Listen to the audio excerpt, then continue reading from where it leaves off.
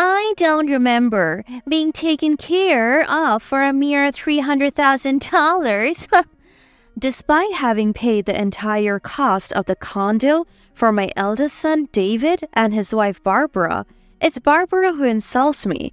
After my husband passed away, when the children were young, raising them alone was tough 30 years ago.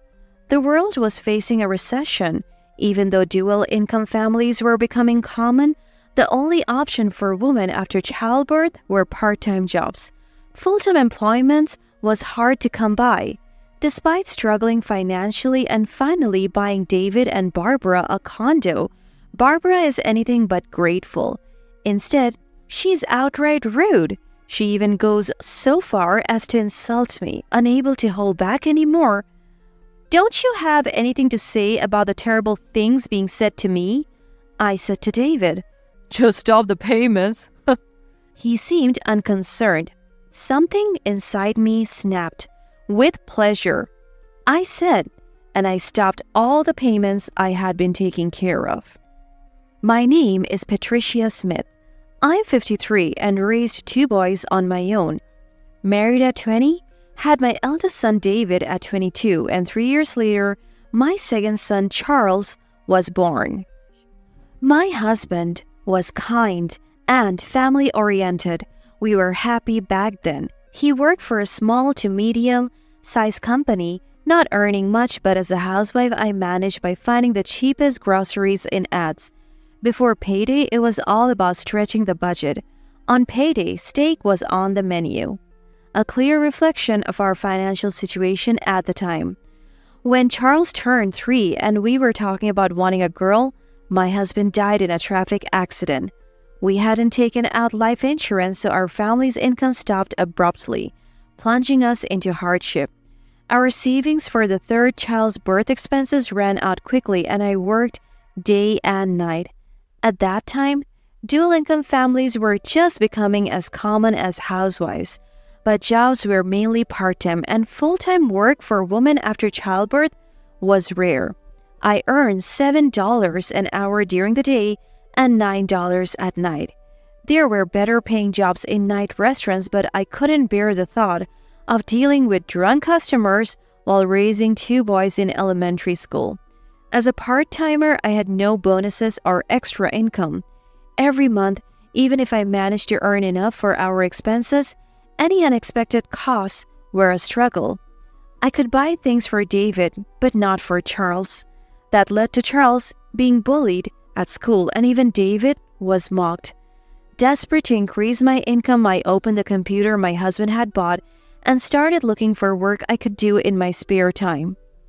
Affiliate marketing. Maybe I can do this in my spare time?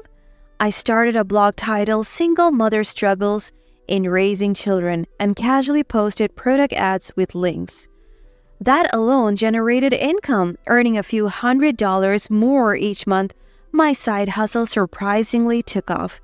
Maybe I had a talent for writing, or perhaps it was the blog's title. But my blog quickly climbed to the top of the popularity rankings. The amount I was making monthly was astonishing. When magazines and online articles started featuring me, I even began getting invitations to speak at conferences. Without realizing it, I became known as the queen of affiliate marketing. I quit my day and night part-time jobs, made affiliate marketing my main job, and started hosting seminars and workshops. My income skyrocketed, allowing me to live a life where the past struggles seemed like a lie. I began buying anything for my kids, as they had also endured much. However, this disrupted our family's balance. From a life of frugality to one without financial worries, David began to live extravagantly. He didn't make it to his 3rd year of high school, repeating his sophomore year before dropping out. He hung out with other dropouts, venturing into the night, deepening friendships with the wrong crowd. Looking back, I regret being such a foolish mother. I got carried away by escaping a life of hardship and basked in the praise and attention from my speaking engagement. I'll be away for a while for a lecture, so use this to buy and eat whatever you like. Being called teacher by those around me and receiving applause from dozens sometimes over 100 people, as I shared my success story in blogging and affiliate marketing. The busyness was the same as juggling multiple part-time jobs, but the fulfillment was incomparable. I couldn't be there for my sons during their crucial teenage years, giving David whatever amount of money he asked for. When he started getting picked up by the police repeatedly, Mom, you can't just give David money so easily. He's being used by his friends, Charles would warn me. Unlike David, Charles didn't fall into delinquency and spent his student years responsibly. After experiencing hardship due to poverty, I began to despise and distance myself from those who discriminated or harassed, raising my children to be kind and have a strong sense of justice. That's why David and Charles didn't get along well. I think it would be better to get David a proper job. This was said to me when David had passed his 20s. 3 years had gone by since he dropped out of high school, and he couldn't stick to any part-time job. Even his younger brother was worried, watching David call helping bad friends as an excuse for hanging out.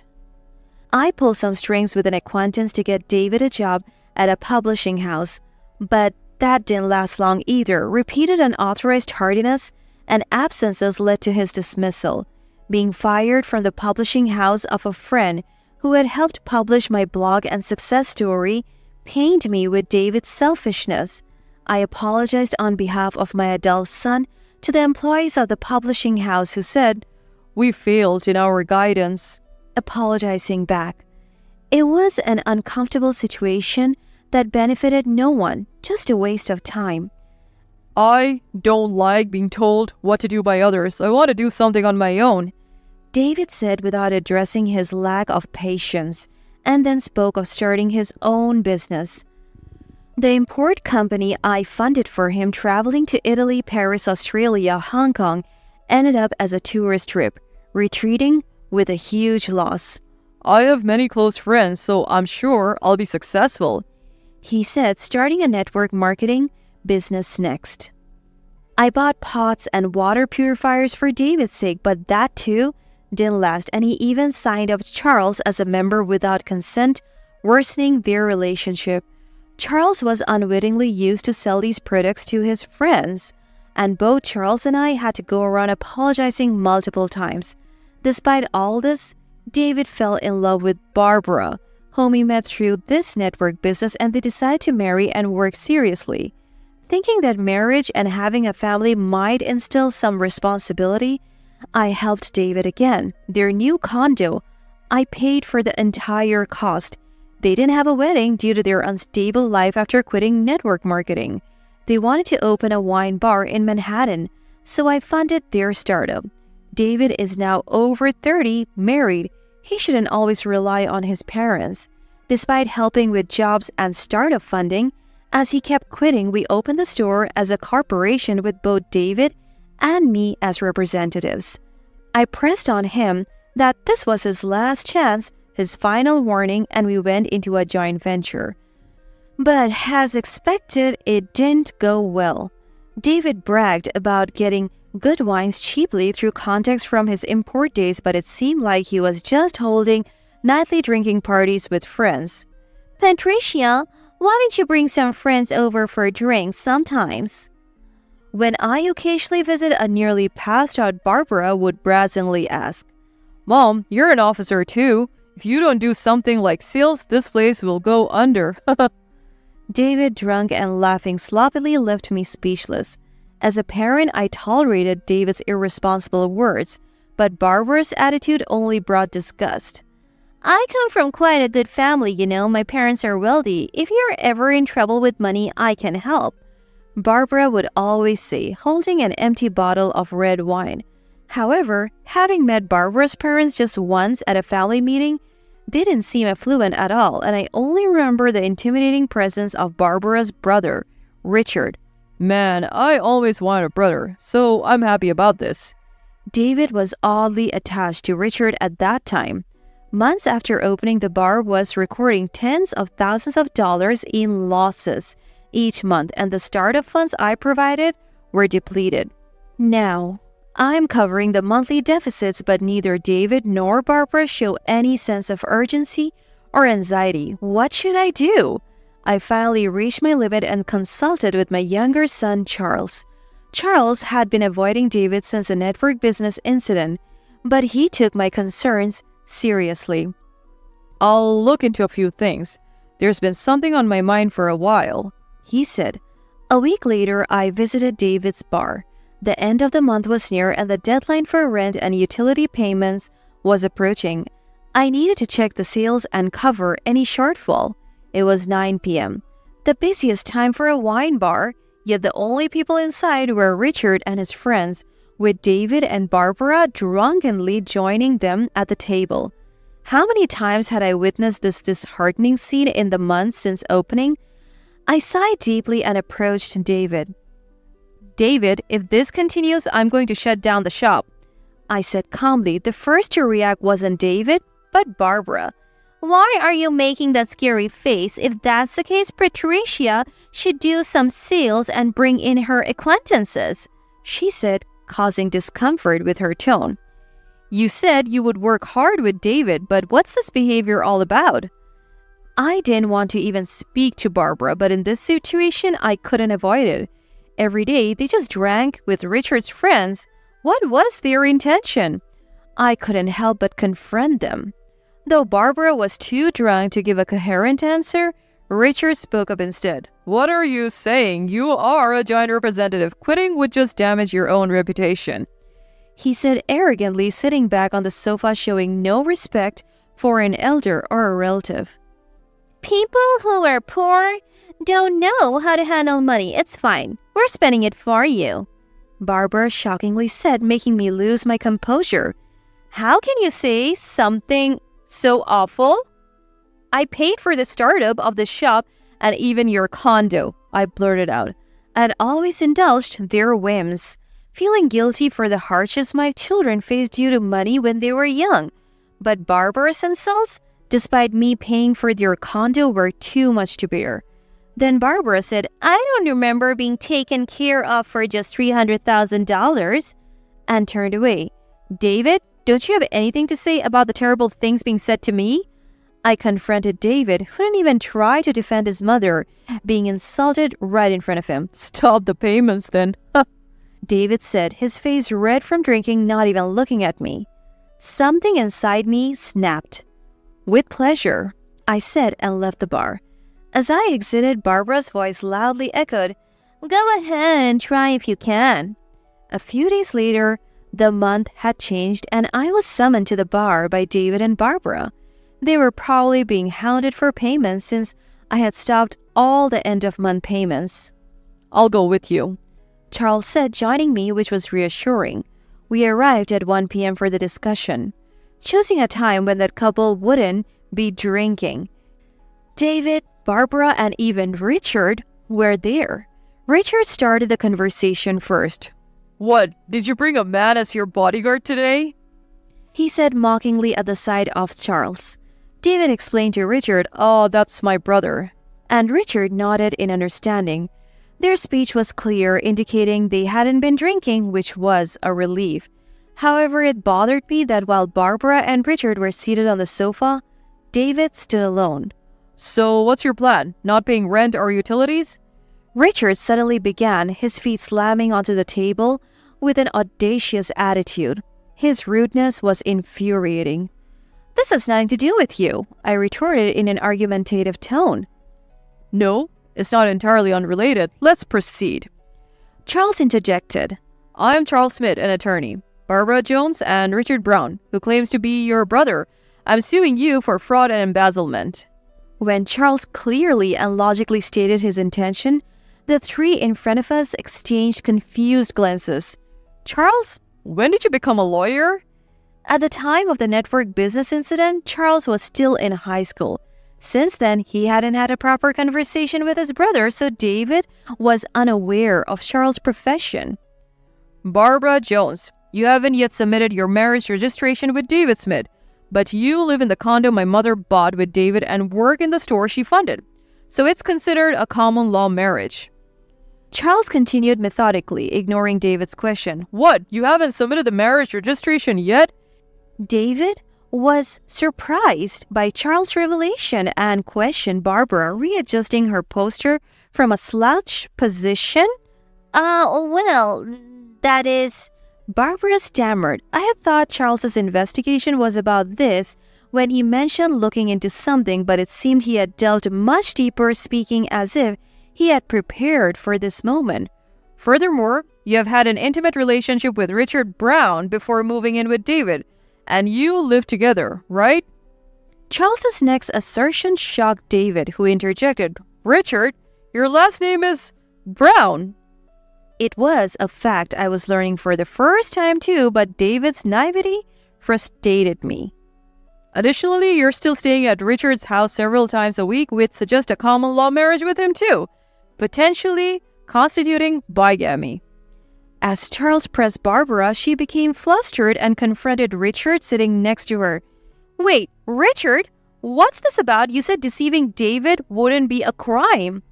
Barbara's panicked confession in front of me and David revealed she was following Richard's instruction to deceive David, essentially admitting the crimes Charles accused her of.